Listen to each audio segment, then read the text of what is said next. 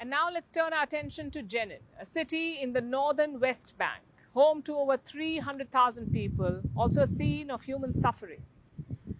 There's been regular violence between Israelis and Palestinians here, but yesterday it witnessed one of West Bank's fiercest clashes. Israeli forces stormed Jenin's refugee camp.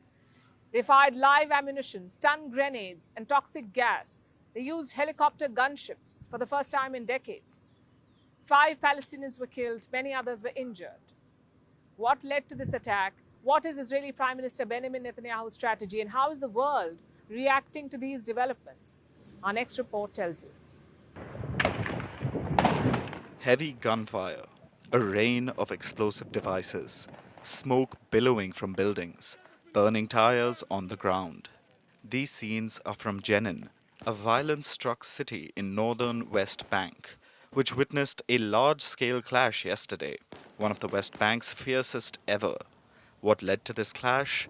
Before dawn, undercover Israeli troops entered Jenin's refugee camp, targeting the home of a Palestinian member of Hamas, which has been designated a terrorist organization by Israel. Following this, Palestinian terrorists targeted Israeli troop transport.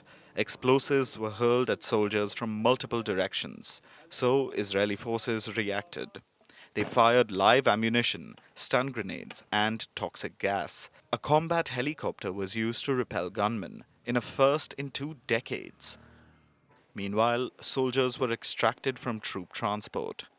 This resulted in one of the most intense West Bank firefights. It went on for hours. The result? 5 Palestinians, including a child, dead, over 90 civilians wounded, and 7 Israeli soldiers injured. What does the Israeli Prime Minister Benjamin Netanyahu have to say about it? He has applauded the efforts of his forces, saying that the soldiers were incredibly impressive. For Netanyahu, this attack was a message to terror forces, a crackdown on terrorism. Listen in. We strike terrorism with might and determination. Over the past few months, we have assassinated and detained a record number of terrorists. This was the case also yesterday during an operation in Jenin. Our forces eliminated several terrorists, arrested others. But many don't see it that way, especially as tensions have been on the rise in the West Bank. And Netanyahu's government is the most right-wing in Israeli history, so many have condemned Israel's actions. Listen in to what the UN has to say.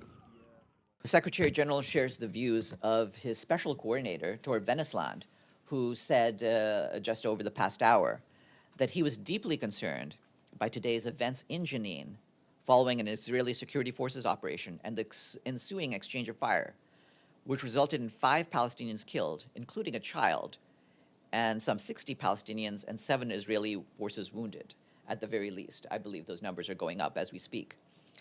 Such escalations threaten to plunge the region deeper into a deadly crisis. Mr. Venesland said that all sides must refrain from actions that would further escalate the situation and take steps to re-engage on a political path. Iran and neighboring Jordan have also condemned the raid on Jenin.